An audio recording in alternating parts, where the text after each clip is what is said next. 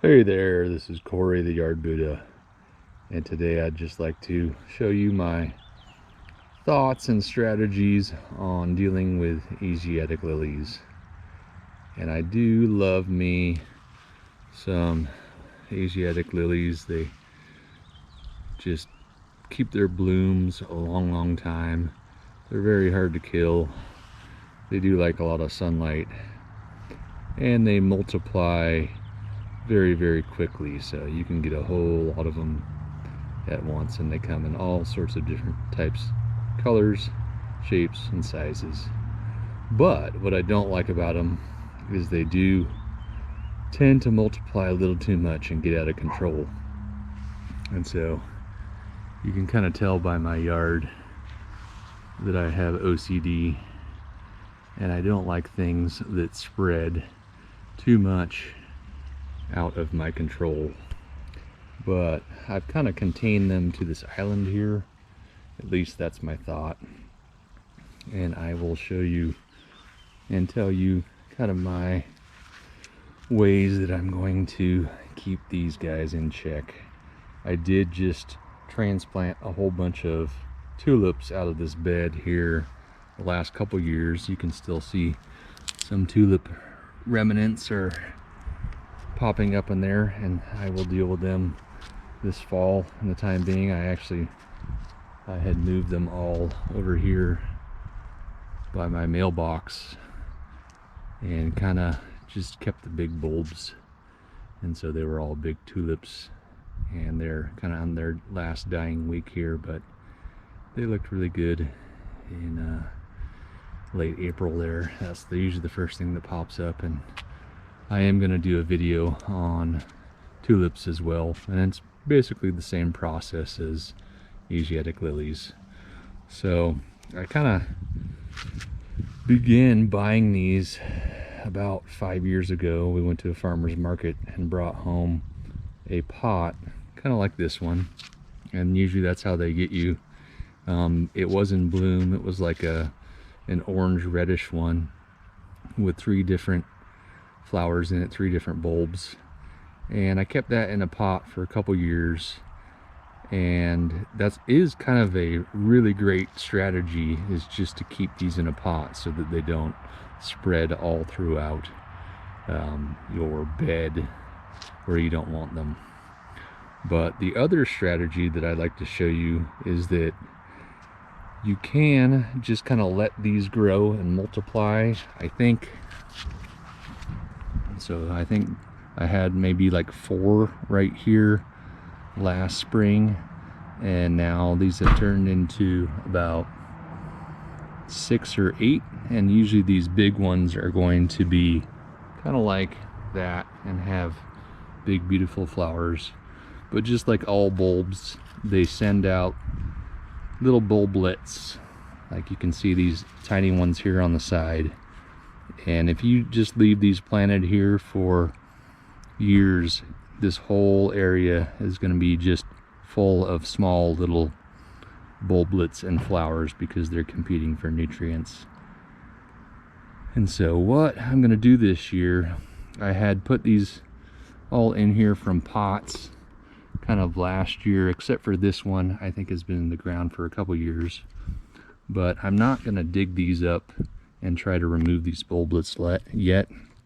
They're probably not going to really flower or do that much. I mean, you may get kind of small little flowers out of these medium ones and bigger flowers out of these bigger ones. But I'm going to wait until the fall, and then I'm going to dig up all this area, which it's mostly just fir bark and a little bit of sand. And that's kind of how they like to be grown in, is a nice light, well draining soil. And that also makes it easier for you to dig up and kind of separate them out in the fall. And the bulbs are only down probably about 6 inches, so you just kind of dig up the area. And I'm going to make a video in the fall about just dividing everything, so I'll just kind of mention it right now. And I just wanted to show you here early spring how these things pop out of the ground and what they look like. And so yeah, a lot of these, this was just one plant last year, and now it's shooting out lots of tiny little bulblets, which those I usually don't keep. I'll usually try to keep just the bigger ones, and a lot of these will make other bigger ones as well. You can keep the bulblets kind of in the ground for future years and try to grow them bigger, but I've learned it's just kind of best to keep the big ones. And then you can also just keep them in pots, which I'm planning on with these guys, just growing them out here in the sun, and these do like a lot of sun, full sun, getting them to flower, and then I'll probably just go set them on my front porch over there and maybe bring them out in the sun every now and then. So that is another way to go. I'm kind of giving up this whole middle area of my bed, and it's okay if these start to spread. I think I have about 4 or 5 different colors in here now, and I'd like to just, you know, keep the big nice juicy ones in here, but I'm sure we're gonna get lots of bulblets every now and then. But I'll show you here in this same video just what they look like flowering here in late spring, but then I am going to make a separate video in the fall just on how I dig all these up and how I plant them. So see you later. Okay, here's an update on my Asiatic lilies.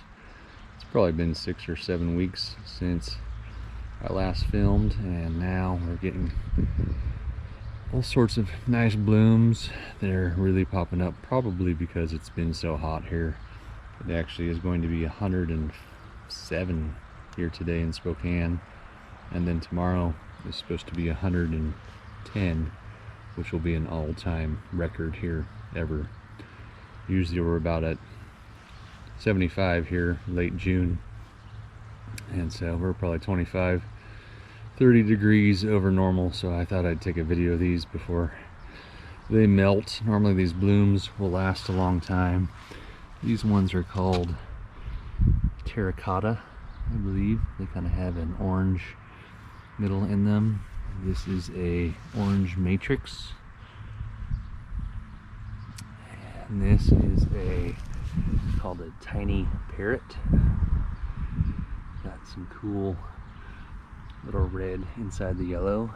And then this is called a tiny padhye, Padhye.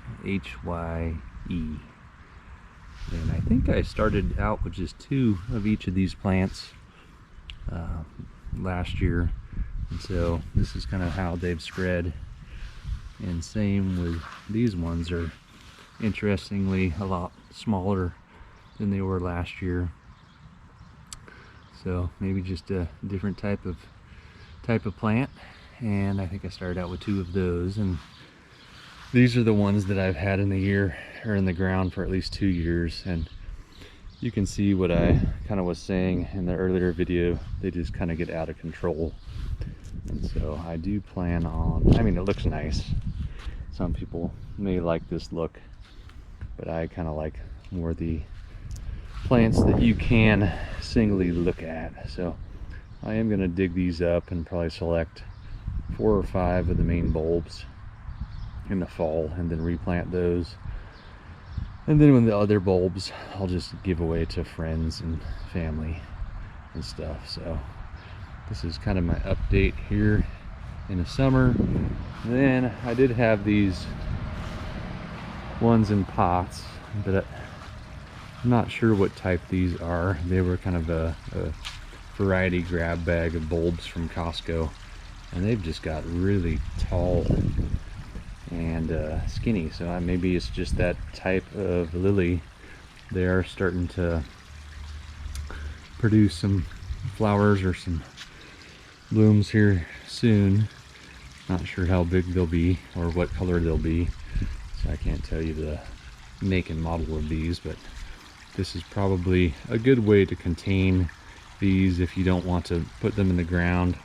I'm going to let these blossom and then move them over to my front patio and kind of let them sit in there. But hopefully they survive this heat, and then in the fall here I will show you guys how I dig all these up, how I select big ones from little ones, and I might mix these around a little bit just to get different colors in different areas. But so far they are looking pretty. So thanks for watching. We'll see you later.